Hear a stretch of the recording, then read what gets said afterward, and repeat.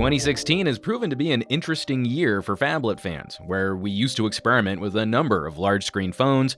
Now displays above that 5.5-inch diagonal are becoming a bit of a rarity. Huawei is wrapping up the year with a beast of a phone, so let's see how it stacks up to the competition. And first, for you hardware junkies, you can pause the video here to check out what this slab is packing.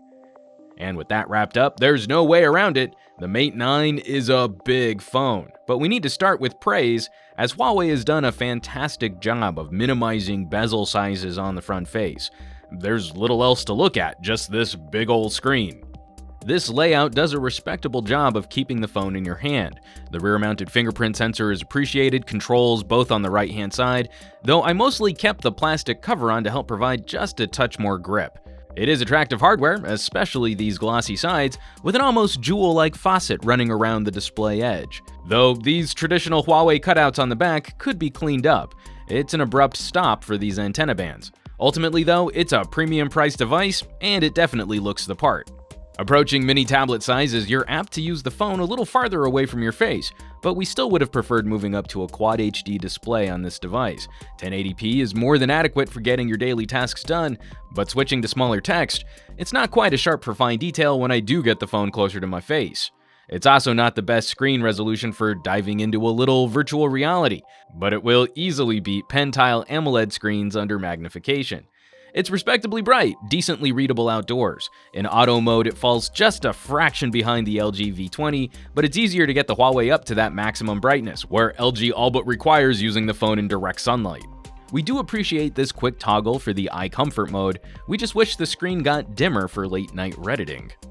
And just a quick mention, this phone does have an IR blaster to use the Mate as a universal remote. We're big fans of this feature, especially with the small child in the house who loves hiding our TV remote. Now, moving over to software, we're running EMUI 5 on top of Android 7.0 Nougat. It's a much improved combo over previous Huawei's and Honors we've used in the past. EMUI 5 defaults to the home screen only view where all of your apps are just on your home screens, but it's an easy toggle to return the app drawer. A lot of these menus have been cleaned up, where we used to have to dig through more options. Now, key settings are a little easier to find. And we're also happy to see this new shade, no longer the iOS-style split between settings and notifications. It's a more traditional Android layout, and Huawei continues to use the fingerprint gesture as a way to pull that shade down. It's not all roses, though. Some folks will likely chafe at some of these settings confirmation dialogues. The main settings menu still has an iOS flair to it. And can we talk about notification icons? Because there aren't any. Nope, you just get this little number. If you don't want the number, then you get nothing. Literally nothing. This is terrible design for those at-a-glance moments when you just want to see what's going on. We're really hoping this is changed in a future build of EMUI. And we also have a little pre-installed value-added software, News Republic, Booking.com, Todoist, and WPS Office. If these apps aren't your cup of tea, they can be uninstalled. We can't fault the performance here though. The Kirin 960 chipset does a wonderful job driving this phone. You'll rarely encounter stutters or lags, even digging into features like split-screen multitasking. For CPU-intensive tasks, this phone is a screamer, and takes a significant step up in graphics performance over the Mate 8. In benchmarks, it falls between 10 and 15% behind the Qualcomm 821, but running through games like Marvel Future Fight and Implosion, we're maintaining fluid frame rates at high graphics quality. Huawei is showcasing on-device machine learning to better predict your behavior, and to better allocate resources to the services you use most. Over time, Huawei claims this should maintain fast performance when other Androids start to slow down. In our limited time using the phone, we can't quite comment on that feature, so we'll have to revisit that at a later date. Wi-Fi performance is solid, hanging directly with phones like the LG V20 and just slightly behind glass and plastic back phones. But we were pleasantly surprised by the LTE radios on the Mate 9. It was often within 2 decibels of our Galaxy S7 active around town, and it absolutely shamed our HTC 10 using Android's network reporting. We've produced a separate video detailing audio performance, but as a brief summation, the story here is a bit mixed. These are the best speakers we've heard on a Huawei, falling just behind some of the better stereo options available. Unfortunately, headphone performance is just okay. This isn't the loudest amp, and quality numbers punch below this phone's price tag. You can hit the link in the description below for our full real audio review to get the full scoop. We are happy with this camera performance though. The second generation Leica dual camera shooter features some nifty tech and can produce some of the best looking images we've ever seen from a phone. Now rocking a 20 megapixel monochrome sensor paired with a 12 megapixel color sensor and optical image stabilization, Leica is really showing off their processing prowess.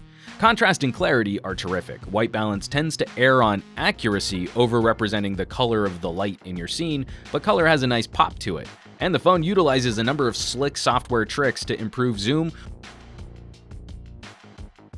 or to beautifully blur your backgrounds. Video is also improved as the Mate 9 joins the Nova in being only the second Huawei phone able to shoot UHD video.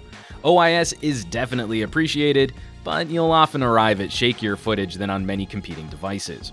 Overall, there's a lot to like here for folks who prefer having manual options to control. But we'd be remiss if we didn't acknowledge that this camera comes with one of the steepest learning curves we've yet reviewed.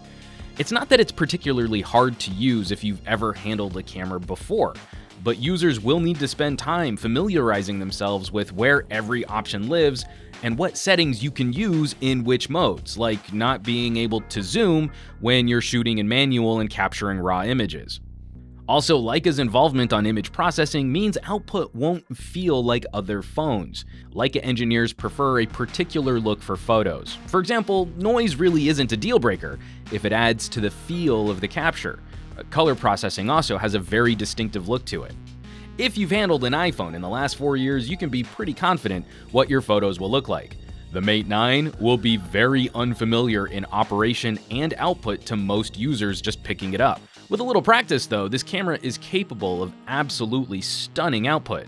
And we'll have more to say about camera performance as we wrap up our real camera review shortly.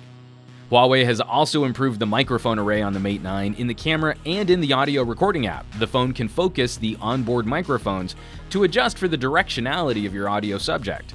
It's certainly handy for folks who record meetings or want to do some casual interviewing or podcasting. Lastly, packing a larger than average battery on board, we're treated to some pretty stellar daily performance.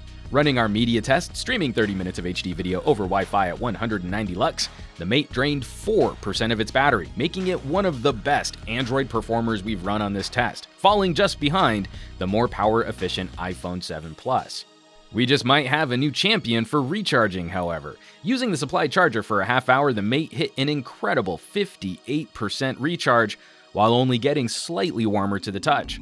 After 1 hour, we hit 87%. Huawei claims the phone will charge fully in 90 minutes, and we're seeing faster performance than advertised. So let's wrap this up. Where's that leave us with the Huawei Mate 9? This is a damn fine phone. See, there's this big gaping hole in the phablet offerings this year because of one device which will remain unmentioned. That left fewer options for folks who like truly bigger displays. The Mate 9 fits this niche nicely. It's a killer, all-rounder big phone. Great performance, very good battery life, and one of the most unique cameras we've ever reviewed. The few compromises here, like headphone audio and screen resolution, we wouldn't consider them outright deal breakers, more a personal preference decision for folks shopping a premium phone. It's a big, bold, brassy offering from a company looking to turn the heat up on the competition. As always, thanks so much for watching. Be sure to subscribe to this channel for our full Mate 9 coverage, reviews, and comparisons, and help us out with some sharing on your favorite social networks. For Pocketnow, I'm Juan Carlos Bagnell, some gadget guy on Twitter and Instagram, and I will catch you all on the next review.